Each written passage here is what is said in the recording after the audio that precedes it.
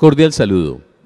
Bienvenidos a la meditación diaria de la congregación La Gracia de Dios.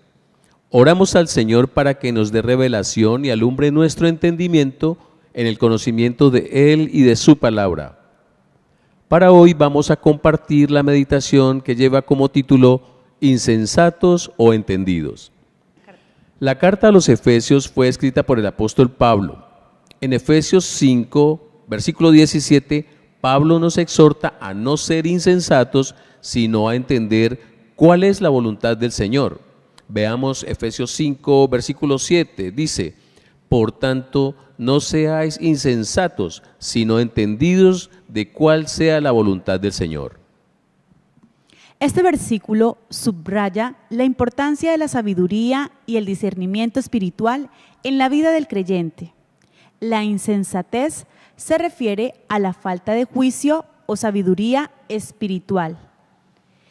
Es vivir de manera imprudente, sin considerar las consecuencias de nuestras acciones y sin buscar la guía de Dios. En el contexto de Efesios 5, Pablo contrasta la insensatez con la vida guiada por el Espíritu Santo. Los insensatos siguen los deseos de la carne, ignorando la palabra de Dios.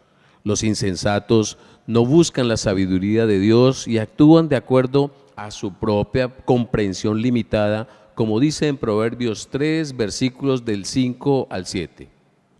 Ahora vamos a Proverbios capítulo 4, versículo 7.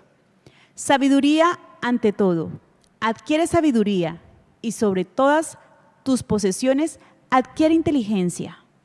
Y en Colosenses capítulo 1, versículo del 9 al 10, Pablo ora para que los creyentes sean llenos del conocimiento de la voluntad de Dios en toda sabiduría e inteligencia espiritual.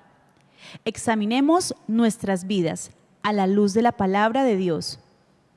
Surge esta pregunta: ¿estamos viviendo de manera sabia o insensata?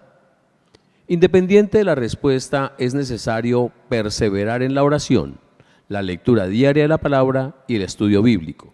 De esta forma, Dios va revelando poco a poco y vamos a crecer en nuestro entendimiento sobre la voluntad de Dios.